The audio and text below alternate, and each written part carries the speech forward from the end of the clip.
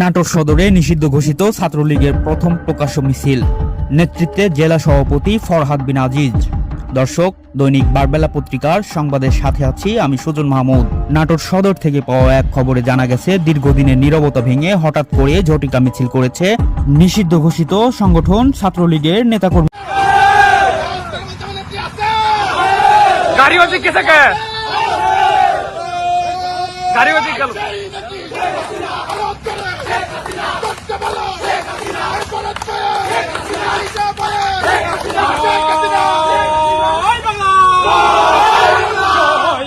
শুক্রবার 10 জুলাই সকালে নাটোর জেলা ছাত্রলীগের সভাপতি ফরহাদ বিন আজিজের নেতৃত্বে এ মিছিল অনুষ্ঠিত হয়। প্রত্যক্ষদর্শীদের তথ্য অনুযায়ী মিছিলটি গাউপাড়া ঢালান রেল স্টেশনের পশ্চিম পাশে নাটোর রাজশাহী মহাসড়কে বের করা হয়।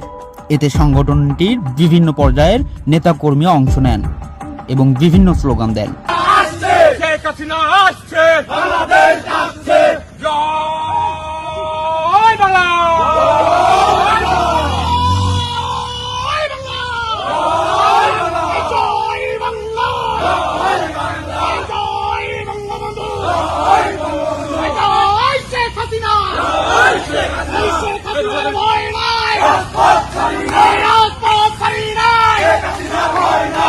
স্থানীয় সূত্রে জানা যায়, গত প্রায় 2 বছরের মধ্যে নাটোর সদর এলাকায় নিষিদ্ধ ঘোষিত ছাত্রলীগের এটি প্রথম প্রকাশ্য মিছিল। ঘটনাটি নিয়ে এলাকা জুড়ে শুরু হয়েছে আলোচনা সমালোচনা।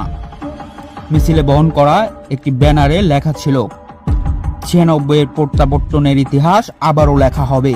জনগণের ভালোবাসা ও সমর্থনকে সঙ্গে নিয়ে আওয়ামী লীগ খুব শীঘ্রই ফিরে আসবে। তবে এ বিষয়ে আইন শৃঙ্খলা বাহিনীর পক্ষ থেকে তাৎক্ষণিক কোনো আনুষ্ঠানিক বক্তব্য পাওয়া যায়নি।